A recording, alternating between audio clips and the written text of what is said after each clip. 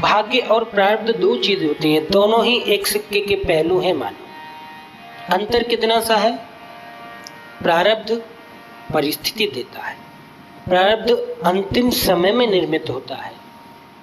जैसे भरत जी महाराज हिरण का बच्चा बने, ये क्या था?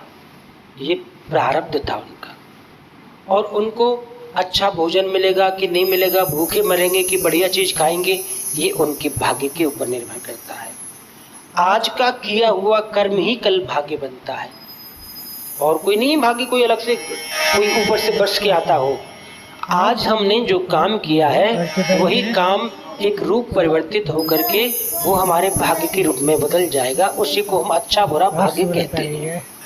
और जिस समय हम मरते हैं, हमारा शरीर छूटता है, उस समय जो स्थिति बनती है उसको प्रारब्ध कहते हैं। प्रारब्ध परिस्थिति देता है, स्थिति मानव स्वयं निर्मित करता है। देखो थोड़ा सा रहस्य है। अब यहाँ एक बात बहुत गंभीरता से क्लियर होती है कि क्या सब कुछ निश्चित है? क्या प्रारब्ध के वशीभूत होकर के सब कुछ निश्चित है? कुछ बदला नहीं जा सकता। अब आपके हमारे पुरुषार्थ के द्वारा, हमारे क्रियाकलापों के द्वारा कुछ बदल नहीं सकता, तो फिर क्यों परेशान? और फिर कोई परेशान होता भी नहीं। अगर यही निश्चित होता ना तो हमारे आपके मन में ये हाँ ना पाने की कामना भी नहीं आती, क्योंकि ये निश्चित था कि जो होना है वो तो होना ही है। ऐसा नहीं है। यद्यपि देखो थोड़ा ध्यान से सुनना, ऐसा भी है परंतु ऐसा ही नहीं है। आप ये कहेंगे ऐसा ही होगा तो ऐसा ही नहीं है, परंतु ऐसा भी है, ये बात भी सत्य है।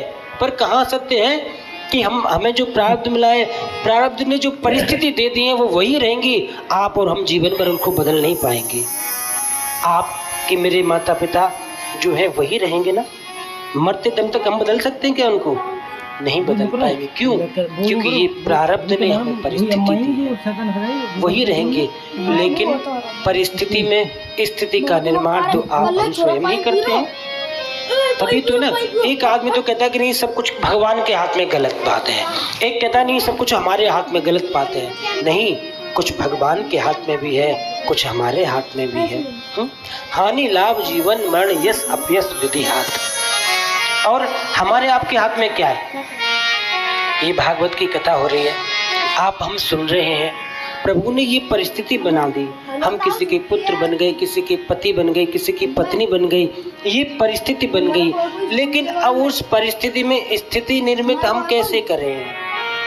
उसका व्यवहार हम कैसे करें? उसको बुरा बना करके रखें या अच्छा बना करके रखें, ये थोड़ी ना भगवान करेंगे। अच्छा ऐसे छोड़ो, ये बताइए आप बताइए, भगवान सब जगह रहते हैं कि नहीं रहते?